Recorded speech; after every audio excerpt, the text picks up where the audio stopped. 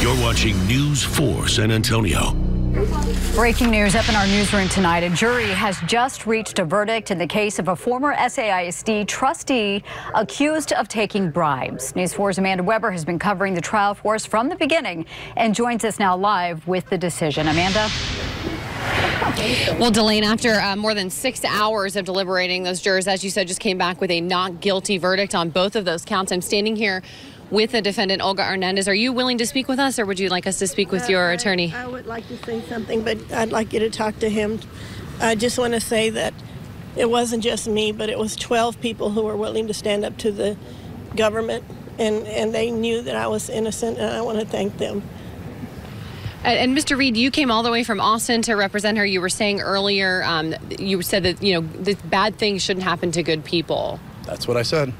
Explain that. Well, I used to be a U.S. attorney, and I did this for a living, and I haven't done this in 17 years, come into a criminal courtroom in the United States. And what I asked this jury to do was to protect a brave woman from the federal government who made a mistake. And people make mistakes, that's okay. But we, the citizens, need to stand up to the government when they make a mistake, and this brave woman did it, and we all stood behind her. Yeah. Mr. Hernandez, you're very teary-eyed, you're emotional through all of this. Has it been a long road for you since February? Yes, it has been. I'm teary-eyed because I've got all my family here and my friends that have stood behind me the whole time, the whole year that it took to get this verdict.